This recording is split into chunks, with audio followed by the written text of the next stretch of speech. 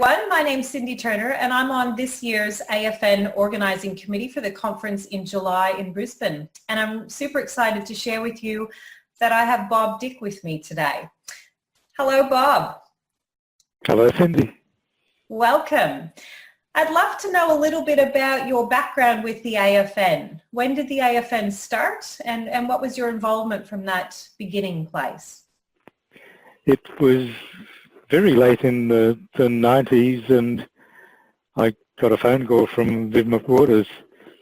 She and Kevin Baum and maybe some other people had set up a facilitation conference in Melbourne and Viv said, I think you should attend. And when Viv says, I think you should attend, you do. So I did.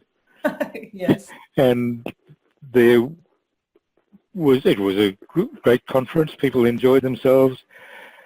And facilitators often work alone. They work as consultants or something like that, or they're in some small unit within an organization. And to be able to mix with several dozen of your own tribe is a really exciting thing.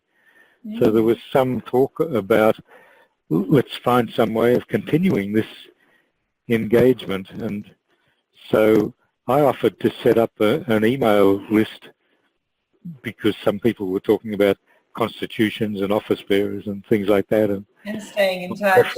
Yeah. This was something a bit less formal. Yes. And so the AFN list came into being. Southern Cross Uni allowed me to set it up there, which is where it still exists. And you're the lucky one that gets to manage that on an ongoing basis, yes? That's right. Yeah. So how many AFN conferences have there been now, Bob?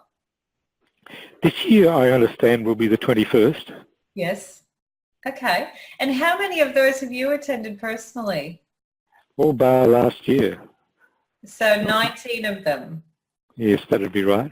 Incredible. That's a fair feat. And I expect that you're coming to this year's conference in July? Yes, because it's in Brisbane, and so that's very convenient for me because I can't fly these days.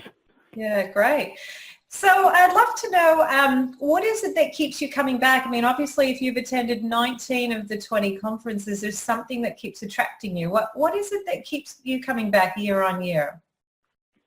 It's partly that facilitation skills, I think, are a very important part of change consultancy, and I think of myself as a change agent or something like that. And to have an opportunity to mix with some of the most skilled facilitators in Australia and New Zealand is an opportunity to be taken whenever possible. Absolutely. So that's a piece of it. Also, the AFN is a very special organisation. We don't have any office bearers and we don't have any constitution. We're just an informal network. And there's a lot of us, that there's 1,100 addresses subscribed to the AFN list and allowing for some people who have both a home and work address.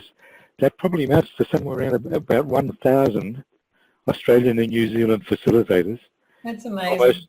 Almost everyone on the list is either based in Australia or New Zealand or is an expat, Aussie or Kiwi. Yes. Great. So what are you looking forward to in this year's conference particularly? What I always look forward to is a chance to touch base again with the people, and people who are drawn to facilitation tend to be honourable and decent and people-oriented people, so they're good people to mix with. Yeah, great. Apart from that similarity, there's enormous disparity that they come from organisational and community and private consultancy backgrounds. They range along a continuum from really facilitating conventional training through to very creative, open-ended, emergent approaches to working with people. Some of them are, you might describe it as mystical and spiritual in their approach. Some are kind of rational and skeptical. And yet, despite these enormous differences, there's enormous tolerance for each other and generosity to each other. An example, you would think that a mailing list with 1,000 people on, every so often there would be somebody who would do some counterproductive things. There has only been once in the now nearly 21-year history of the list that I've had to make any kind of strong intervention, and most of the other interventions I've been able to handle off list and gently and politely, and there would only be a handful of them at most. It's a spectacularly well-behaved list. Speaks volumes about the type of people that are attracted to this community and to the conferences each year as well. Also that their process skills are rare, even though they're needed, and yet here are people who have made a profession or made part of their profession the facilitation of process skills, and most good process people are systems thinkers. They're very holistic in their approach. So despite the diversity, there's this common ground, if you like, that gives us something to talk about that we often don't have a chance to talk about in our normal work. So my final question, what would you say to someone who's considering coming this year for the first time? It should be an exciting conference, because I gather this year's committee is planning to have some structured piece, but to run a lot of it with open space.